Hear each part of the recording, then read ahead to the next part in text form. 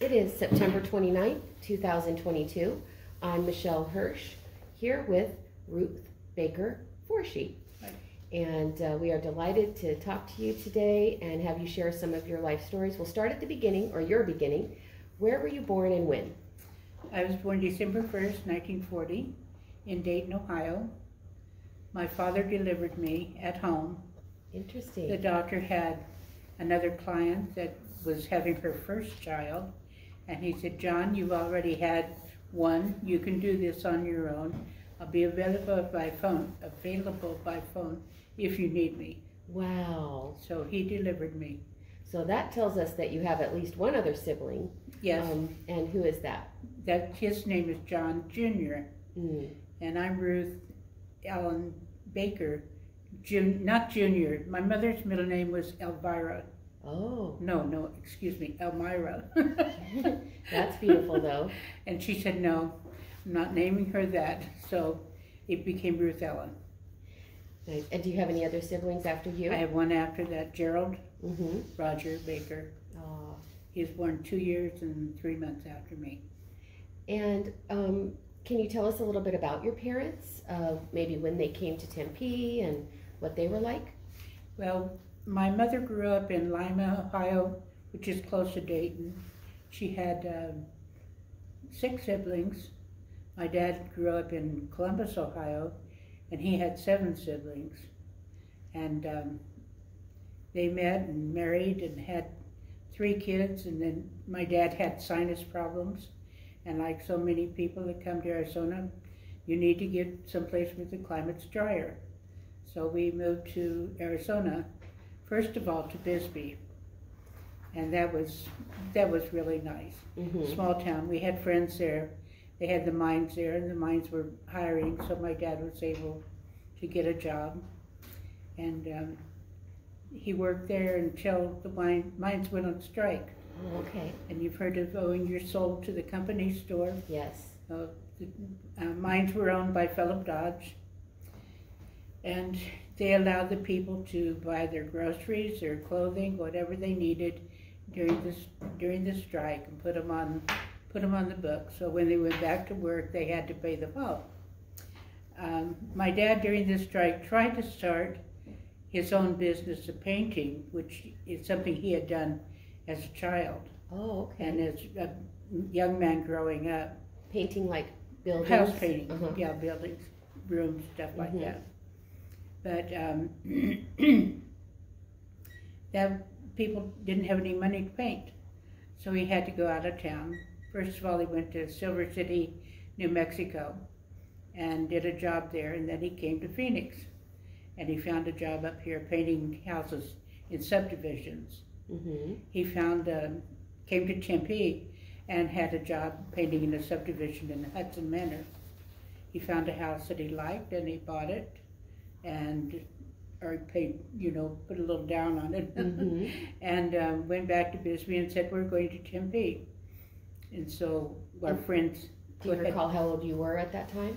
That was 1950, so I was 10 years old at that time.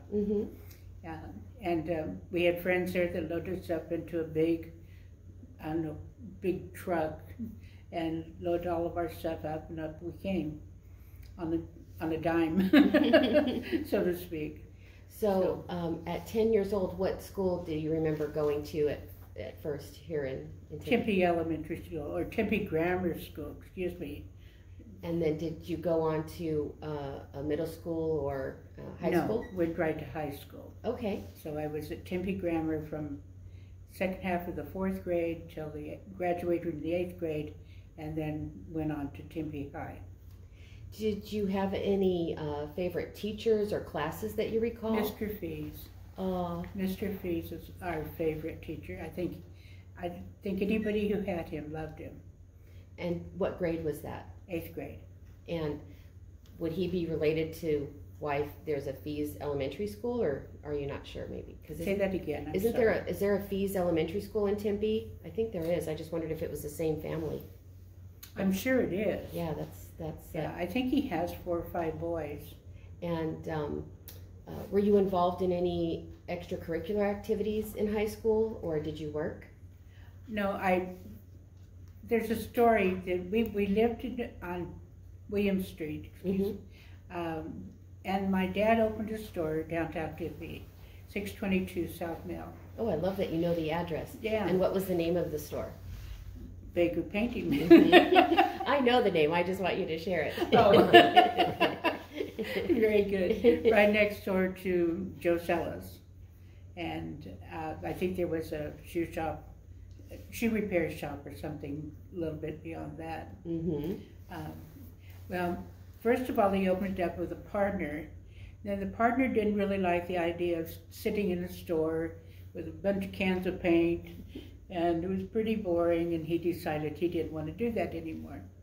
That meant that my mom had to go to work. So she had to come down into town to go to work, so my dad could go out and drum up business. Well, she couldn't keep track of her little chicklets. I mean, there's party lines, kids were out of school, they were all over the neighborhood, and she called home and couldn't get a hold of anybody, and it drove her nuts. So she told my dad, I can't do this, we've got to do something else. So they found a place on Apache next to Tolliver's, and it was a big warehouse kind of building in the front, and then in the back of it there was two buildings.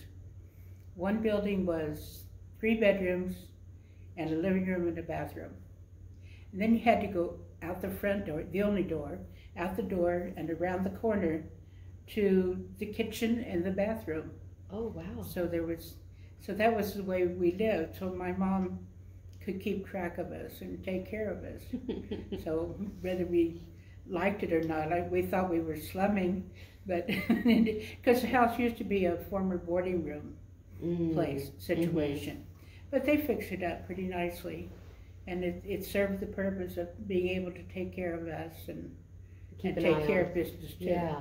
Oh, that's great. Take care of you guys and take care of business. Yeah. My younger brother and I, well, my older brother was there for about a year before he moved on. My younger brother and I were the ones mostly responsible for doing the dishes and doing our homework. We spent most of our time listening to the radio and dancing. We were pretty good jitterbuggers. And maybe that's why I saw a post today on Remember Tempe Win, and you Remember Tempe, Arizona Win, and you talked about liking JD's something and dancing there.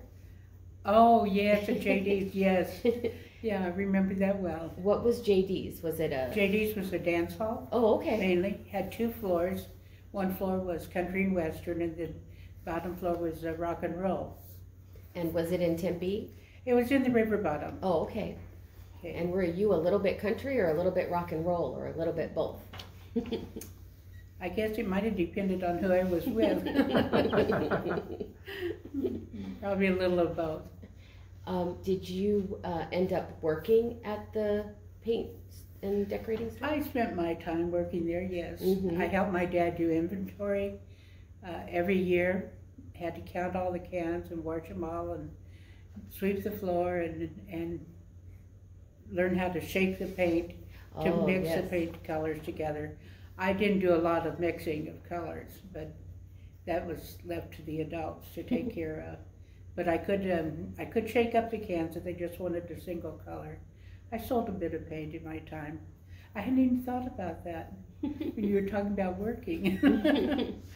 Well, a lot of times when our parents have businesses, the kids are strongly encouraged. Very strongly encouraged. I'm one of those, and so I know you're strongly encouraged to work with your parents or for your parents.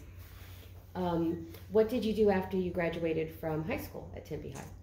Well, I went to Arizona State College, and that first year that I went was when they were changing it over, petitioning to be a university. Ah, very exciting time. That was a lot of fun.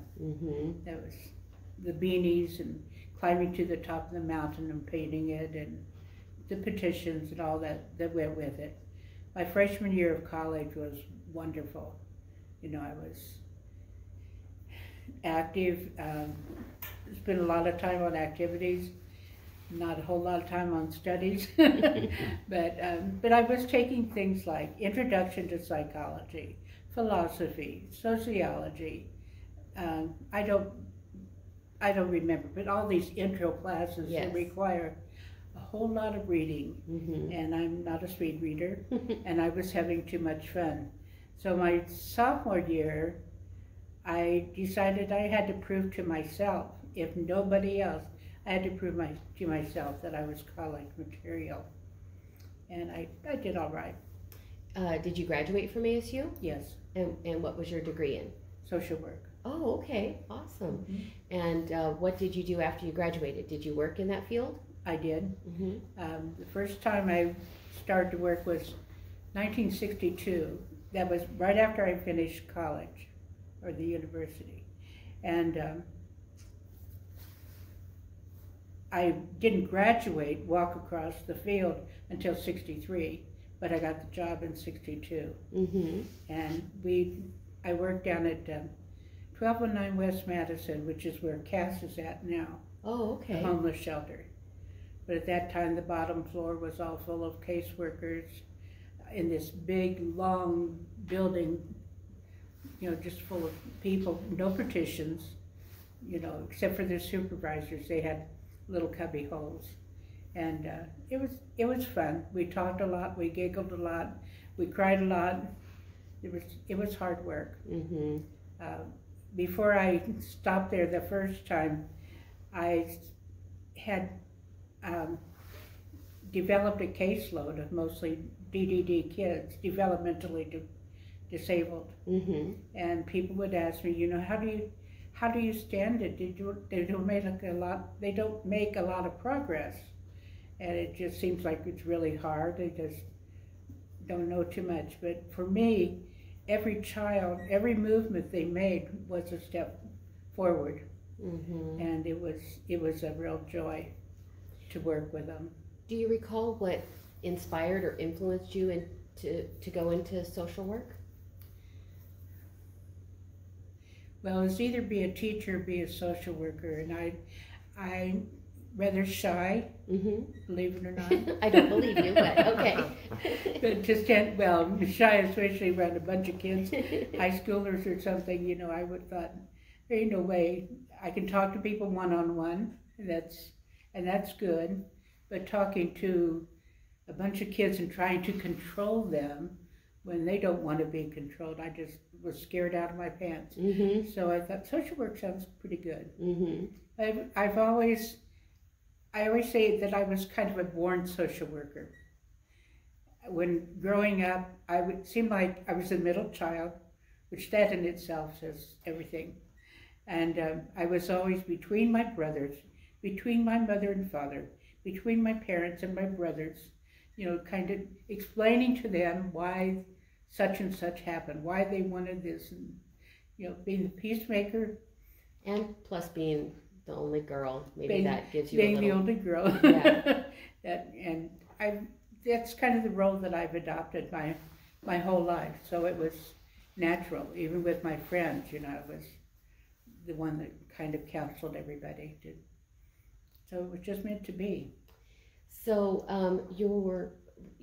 when you were going to Tempe High and then to ASU and then working, were there places in Tempe that you either went to eat or you went to socialize or that you shopped at? Were there places that you remember either maybe they're not there anymore, but just places that you remember that it'd be fun to share about? The University Drive-In. That was the hangout for most of the kids from the high school. I'm trying to remember if it was called the UDI before the college became a university. Oh. I don't remember. Yeah. I do remember the UDI. And then there was Bob's Big Boy in Phoenix on Central. And I always had a very leisurely curfew to come in. My parents trusted me. And consequently, I got to stay out until 1 o'clock because if you went into Phoenix, it took you that long to get back home. Did you have a car? Could you drive yourself? I didn't drive. Oh. I learned to drive with Coach Younger at the high school. Oh, okay. And we went into the crop dusting field that was across the street on Broadway. The first time I got in the car, it was this way and this way and this way until I finally got straightened out. And when I got my license, the coach took us downtown. All I had to do was drive around the block. That was it. I don't think I even had to parallel park. The officer said when he got back, he said, "Coach, I think you better drive back to school. I don't think she'll make it." But I did pass. I was just too nervous to do otherwise. Any other businesses or things that you did, places you went, people you hung out with that you recall? Well, I was never real active in after-school activities because we lived on the highway. My mother and father both worked, so being able to have transportation back and forth, not being a driver, of course, and so my activity was in things that my family could get me to. And my dad was real involved in the Masons. My mother was an Eastern Star. I was a Rainbow Girl. My brother was a D Malay. My older brother was in D Malay. So we were basically a Masonic family. Yeah, there's a lot of activities and meetings with that. Yeah. It was like going to a finishing school for young ladies. You know, you got to wear formals and dresses. You learned how to march and learned how to speak fluently and carefully, and you learned how to be a lady. And you obviously enjoyed that. I did. Experience. Yeah, how fun. I did. To share that. Does faith or spirituality play a role in your life? And if so, do you want to share about that? Absolutely. When I was little and went to the Baptist church in Bisbee, every time the minister had altar call, I went. I don't know how many times I got saved, but, but I have such a close connection with the Lord and always wanted to please Him. There were a couple of nuns down there that they looked so pretty and so nice when they came walking by. I wanted to be a nun. Wow. So I've always been attracted to that kind of thing. Up here, we went to the Congregational Church, and I got into Pilgrim Fellowship, which was a youth group for high schoolers, and it was wonderful. We had all kinds of activities, went camping, and it was just really wonderful. Cecil Pryor was a minister at the time, and I love that man. And in fact, when I got married, we were going to go to the parsonage and get married. He said, no, Ruth, you get married in church. And he set it all up. So it was a small wedding, but it was a very nice wedding. So, well, tell us a little bit about your meeting your husband and who that is, you know, and was. yes, and you know, his name and when you got married and a little bit about your life together. Well, I met Wayne in Payson. That was where he lived, and we had a small trailer up there, and my parents told my brother Jerry that he was responsible to see that I got to and from the dances.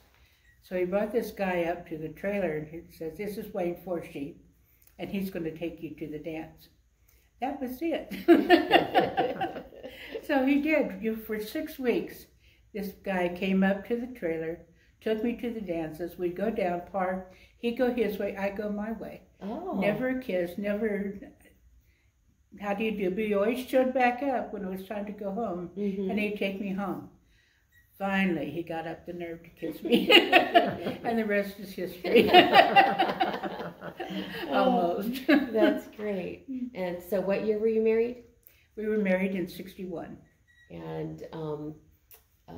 And then you had how many children? Well, I have 2 adopted children. Oh, okay. Okay, and well, actually, I have 3 adopted children. 2 of them were adopted as babies. The third one was adopted, not legally, but by the woman and myself saying, I want you to be my daughter. I want you for my mom. And we couldn't legally adopt her, but I adopted her and her 6 kids. Oh, wow. Yeah. So that was an interesting time.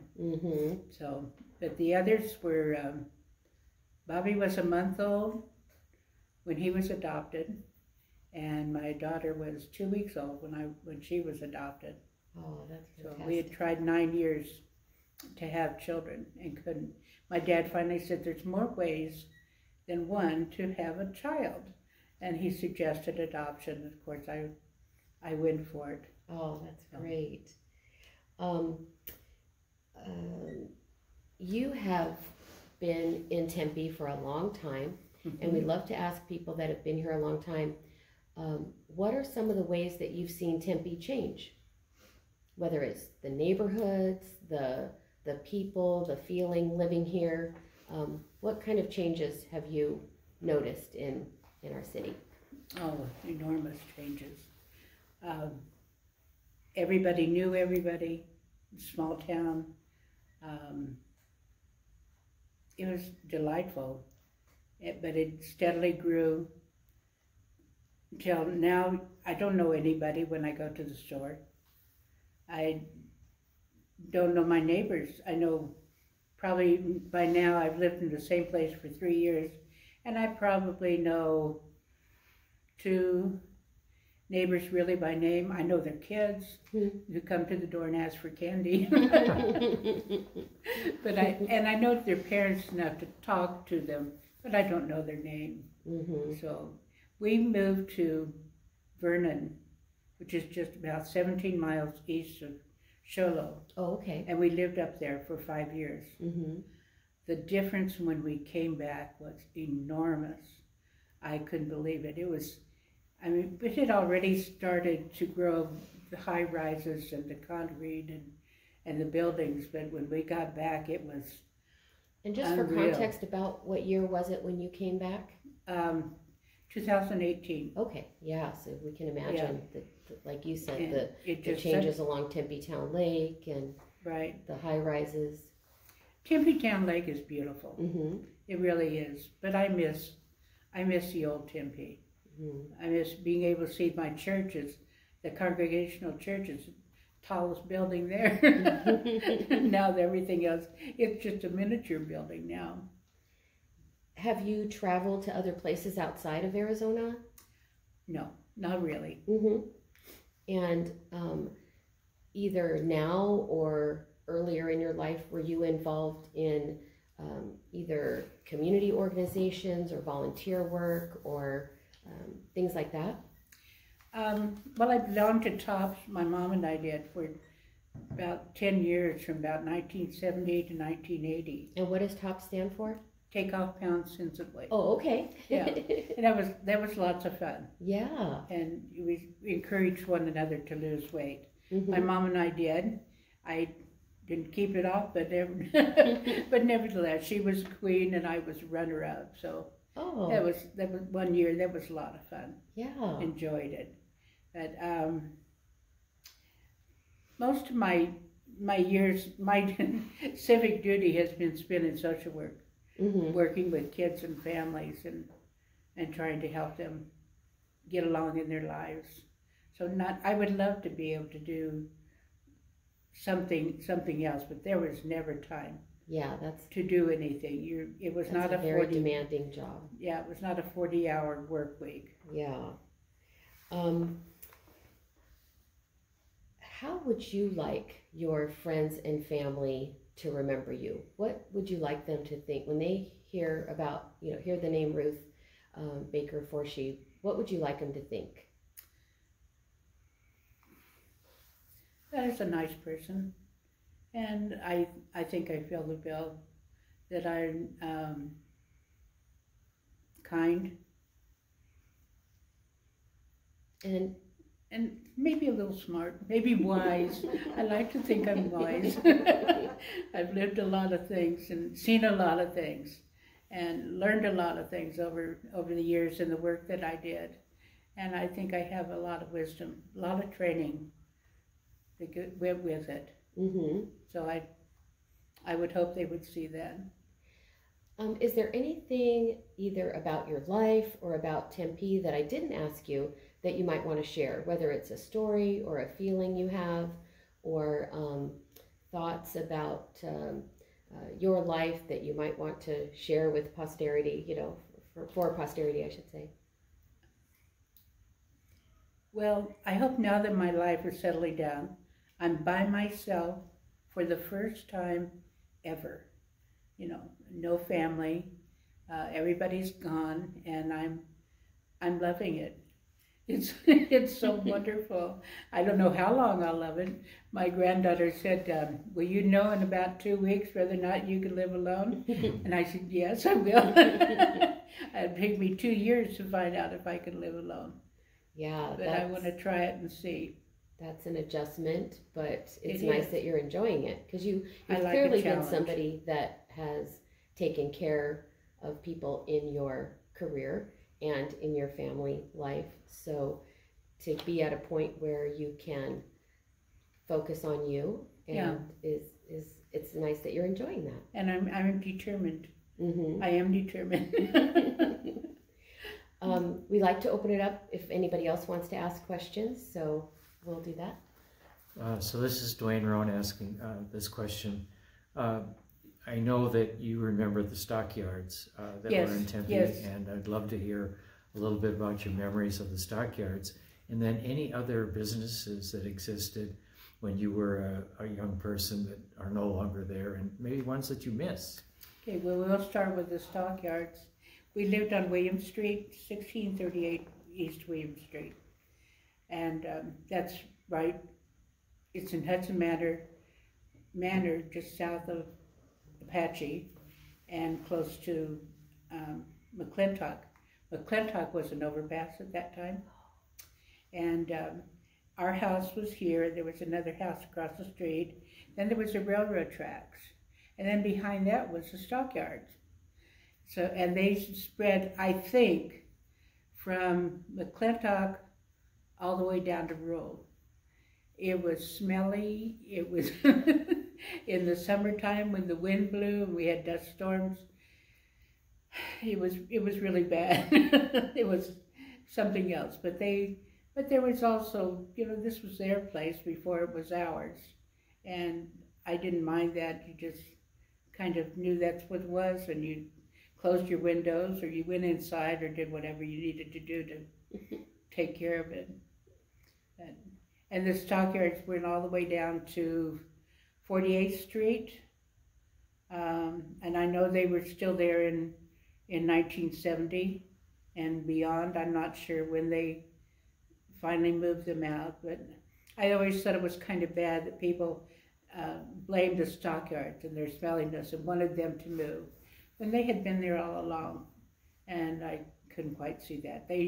These people knew before they moved there that the cattle was there. Mm-hmm. And that we also liked running behind the trucks that sprayed for mosquitoes. Oh. With I believe it was DDT that they used.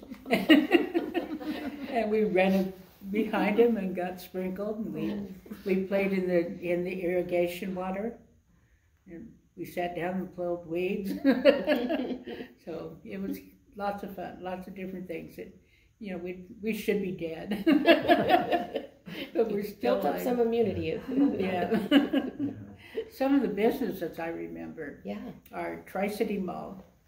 I don't think it's been there for a long time. Right. Park Central, which has changed. Thomas Mall, which is it there anymore? Kind of. Is that the Los Arcos? I think it's a Home Depot and, you know, some other standalone businesses like maybe Target. In Los Arcos, I'm not sure it's there anymore either. Yeah, I don't think and Fiesta Mall. Oh, well, it's gone, right? It's gone. I think it's gone now. I've looked by there. I think Los Arcos is ASU Skysong. Like a business development. Yes. Yeah. Oh, I think so. Mm-hmm. Yeah. But it's been interesting coming back from up north. I no longer drive. I had cataracts, and I could not see, and the traffic down here is unreal. So I gave up driving. So it's a real treat for me when I take the bus or a cab or anything else and see something different along the way. In fact, I was thinking today that instead of going to the Fry's that's down close to where I live, I should take one that's out off of Baseline. And where's Baseline and McClintock, maybe? But there's also a Fry's on Southern and McClintock. Southern, yeah. Southern and McClintock and just over Guadalupe and McClintock. Right. Yeah. So I mean, I don't have to go to the same ones all the time. I could and you go can see someplace some other else and see things. it. Yeah. Yeah. I like to take the bus and go on an adventure is what I call it. Oh, how fun. So, yeah, take one of the orbits and drive around. I got on it by mistake. Oh, you and did? He says, this isn't going where you're going. I said, well, you're going to the terminal, right? He says, yes. I said, that's fine. All right. So we went for a ride on the whole thing. Saw the college kids get on and get off, and it was a ball. I took the light rail from Mesa one time when I went to the doctor. Got off at the wrong stop and wound up on Priest and Washington, and decided I better get off and go back the other way. But that's one thing about the transit system, that it's easy if you go too far. Just get off and get back on. So we're going to add to things people should remember about you is your sense of adventure around town. Are there any other businesses or that you want to share that you might remember? Like favorite places to eat? Well, Tolliver's is no longer there. I understand. My folks are no longer in their place of business. Everything's been taken over by apartments, complexes, and there's just a lot that's got. The Oxbow is still there. It's a little bar. I've never been in there. But the Oxbow was there when my family lived there. My mother used to take my grandfather down there once in the afternoon for a beer. That's all he'd have, just one beer, and then go home. That's a great story. Yeah, but I can't. Blakely's gas station. Oh. Whiting Brothers. Oh my goodness. All the places downtown. Monty's. Sure. Yeah, that's a favorite for sure. Yeah. Rosita's is still located at University in Hardy. Yes. As far as I know. That was one of our favorites. Yeah. El Charro in Mesa was one of our favorites too. Oh. I don't know if it's there now or not. I don't know either. And Mata's used to be on Main Street East, and they're no longer there. Oh. So, yeah, everything's changed. Yeah. But it's fun to remember some of the favorites. It is. It's a lot of fun. Did you have a question, Kelly? My question is if you want to ride home. Do I want to ride home? Sure. I usually call a cab. I belong to something called Ride Choice. It's a paratransit program. And I can ride a cab for $3. Most places around Tempe only cost me $3 one way. So it's not bad at all. But yeah, I'll take a ride home if you want to give me one. Thank you. I appreciate it. Well, it's delightful to talk with somebody that has a long history in Tempe, and you grew up here, and your family had a business here, and you still live here and enjoy it. So thank you so much for talking with us. It's been really a pleasure to talk to you. Thank you. Yeah. It's been my pleasure, and I've enjoyed it very much. You guys are great. Thank you. Thank you. Thank you.